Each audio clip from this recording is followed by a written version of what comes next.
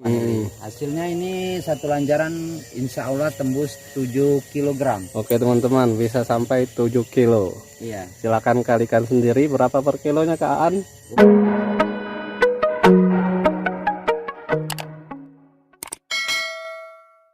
Oke teman-teman, kembali bertemu di channel Newbie Farmer, Bangga Jadi Petani.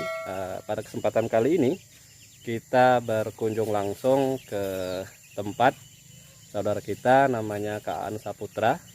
Kebetulan dia fokus di kebun vanili. Beberapa hari yang lalu kebetulan juga beliau mendapatkan penghargaan dari Mata Local Award, sebagai petani kreatif ya, mewakili Oku Selatan di tingkat provinsi Sumatera Selatan.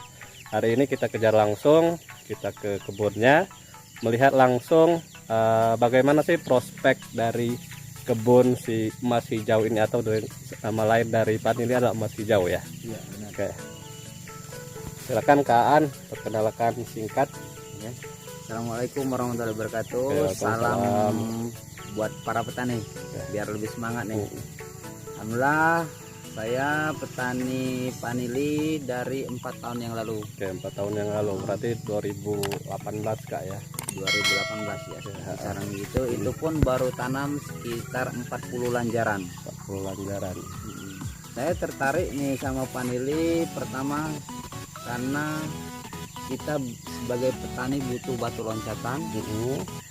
Yang kedua, memang kemarin pertama dengar harga keringnya ini lumayan bagus, sangat bagus, sangat menjanjikan berarti kan ya gitu. Makanya tanam dan tanam kayak gitu awalan. ya. Pertama kali kenal Kak, bisa kok tiba-tiba vanili, padahal kan notabene orang sini mayoritas dari daerah sini adalah kebun kopi. Jadi kenapa Kak Aan tiba-tiba pikir vanili kok menarik sih, misalnya seperti itu, kira-kira apa Kak? Yang pertama yaitu karena kita ada tanaman kopi kisaran 3.000 batang. 3.000 cuman batang. Hasilnya kemarin cuma 3 kuintal. Karena awalan kita berarti satu batang 1 on berarti itu Kak ya. Kurang lebih. Nah, jadi kebingungan nih. Kebingungan, belum untuk kebutuhan anak istri kan.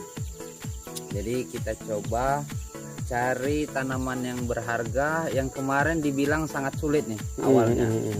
Tapi karena kita juga nggak peduli, yang penting tanam dulu, akhirnya sekarang udah 1.000 lanjaran. 1.000 lanjaran, dari 40 lanjaran naik langsung 1.000 lanjaran teman-teman.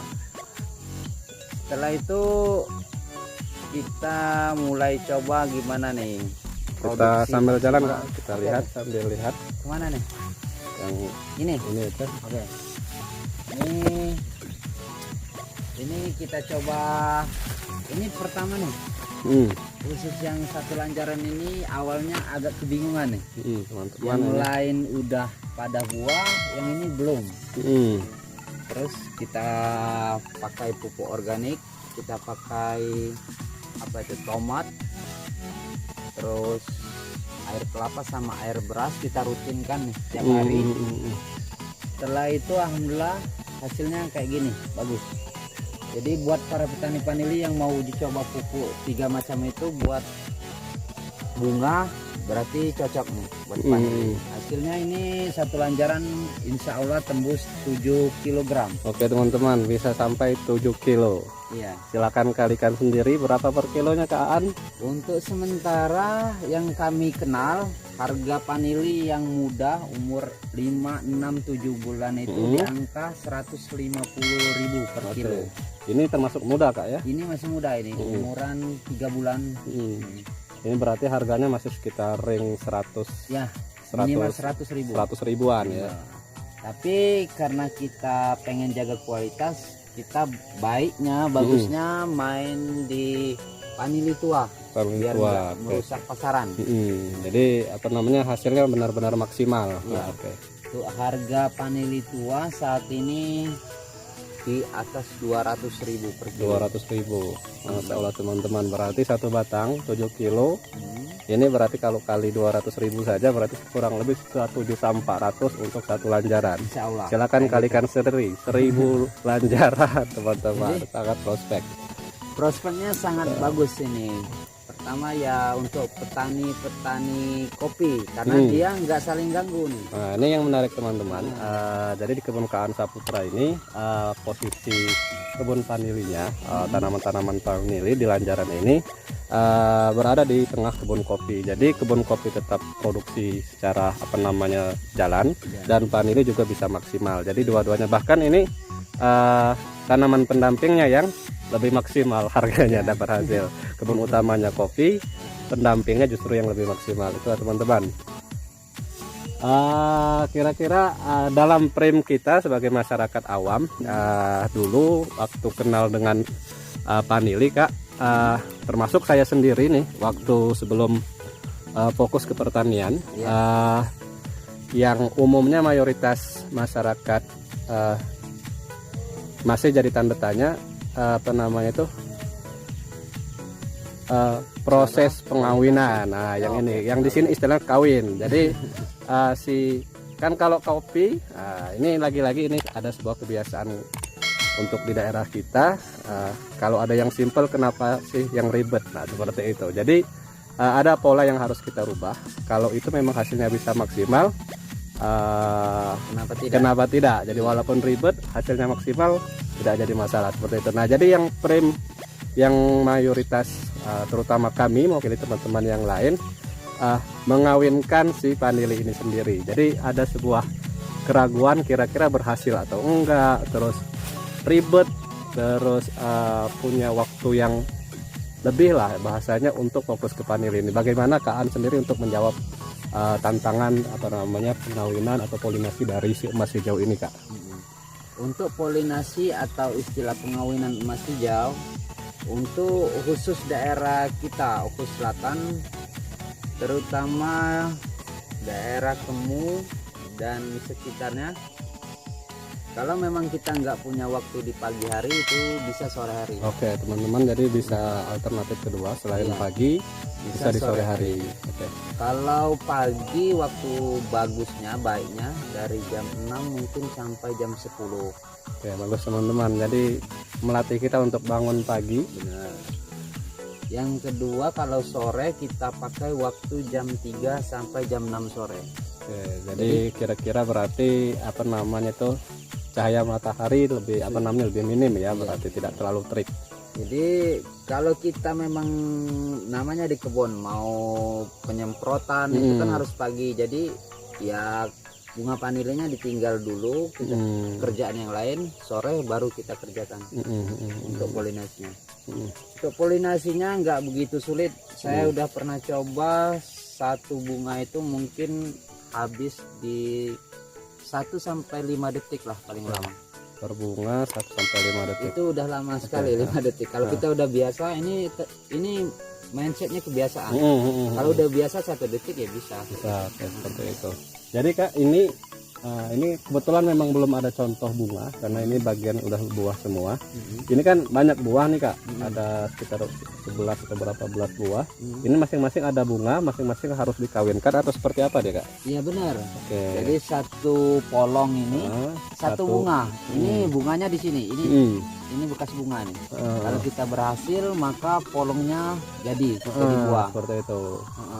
Tingkat kesulitan tinggi, makanya kita dapat harga yang bagus. Jadi, yang ini udah tidak ada lagi nih, apa memang gagal atau memang rontok atau memang udah dipanen Kak? Oh, yang kayak gini nih kebetulan kan setiap hari kita nggak bisa nih, nggak mungkin kerjain terus.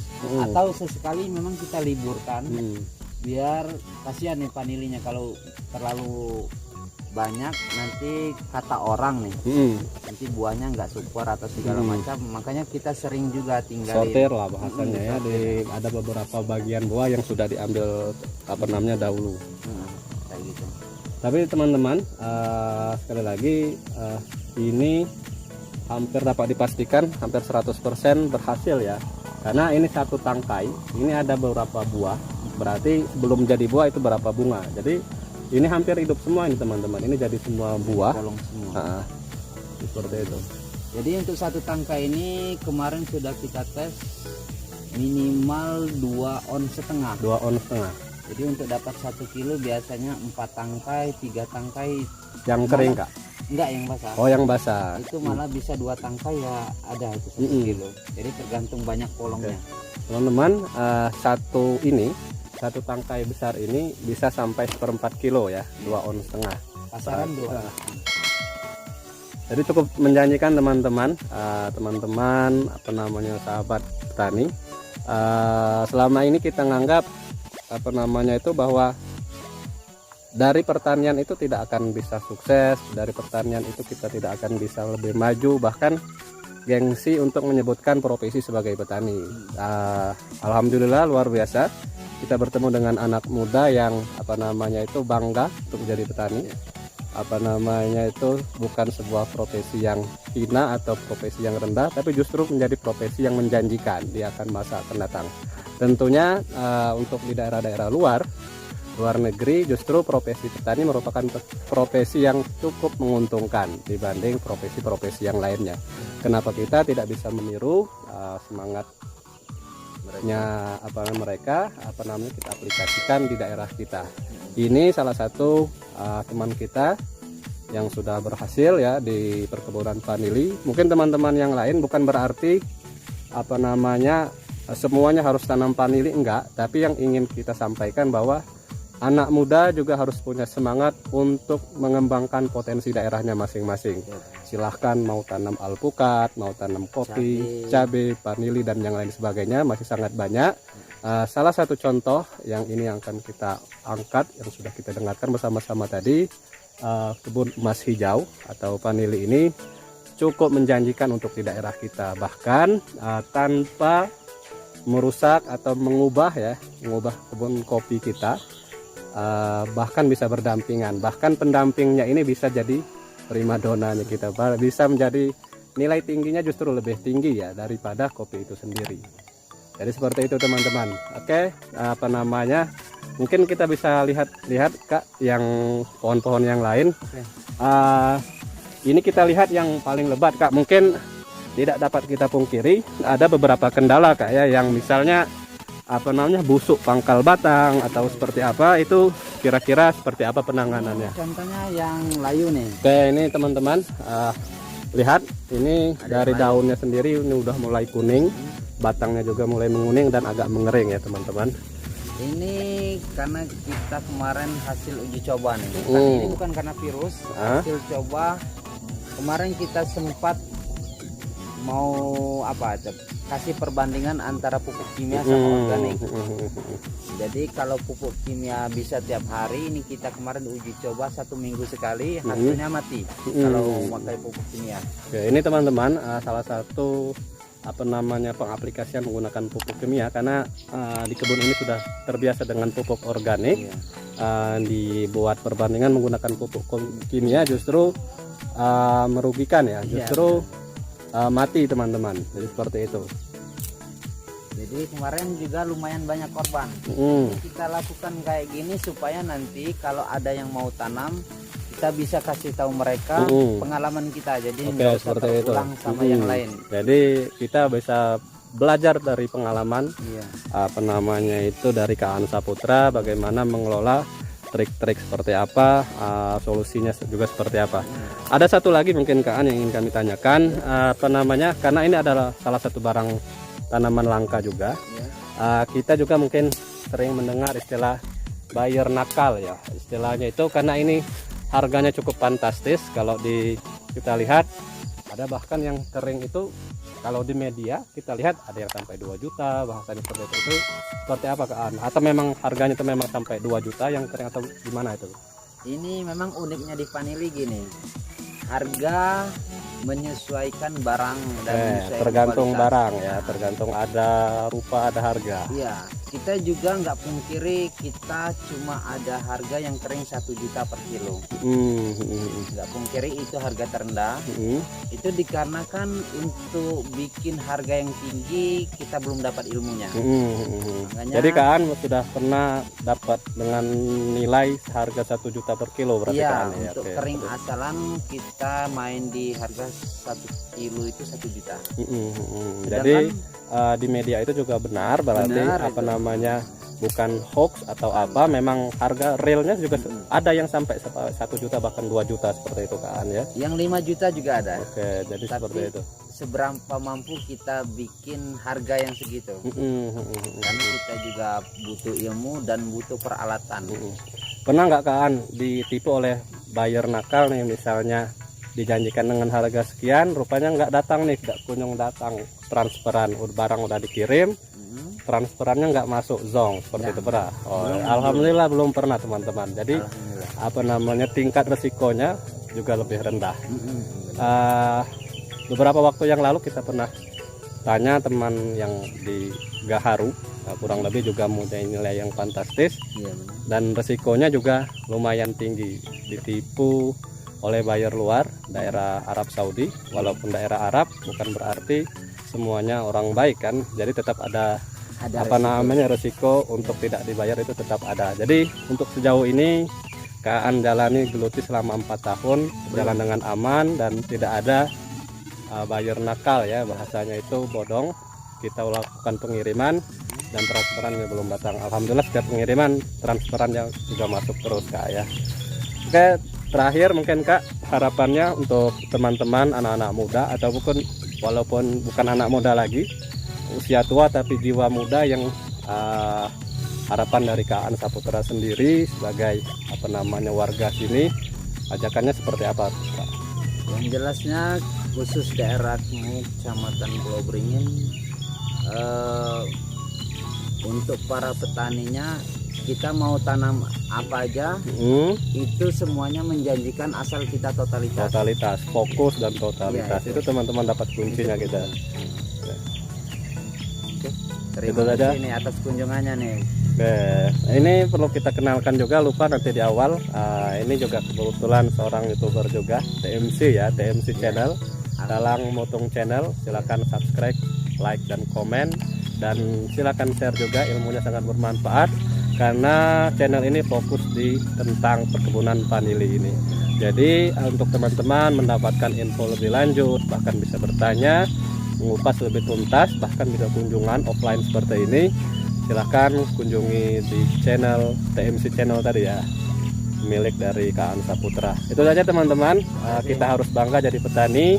Mudah-mudahan pertemuan hari ini menginspirasi anak-anak muda yang lain, ataupun walaupun bukan anak muda, orang tua yang berjiwa muda, bahwa belum tidak ada kata terlambat. Karena kita tahu banyak orang-orang tua yang sudah yang sedang memulai bisnis atau usahanya justru berhasil ketika di umur tua juga. Seperti kita kenal, yang paling terkenal adalah pemilik KFC. Itu dia memulai merintis usahanya di umur 60 tahun. Jadi usia boleh tua tapi jiwanya tetap muda. Jadi itu saja teman-teman. Silakan subscribe channel TMC. Kembali lagi juga nanti akan kita buat video-video selanjutnya di channel Newbie Farmer, bangga jadi petani. Wassalamualaikum warahmatullahi wabarakatuh. Waalaikumsalam.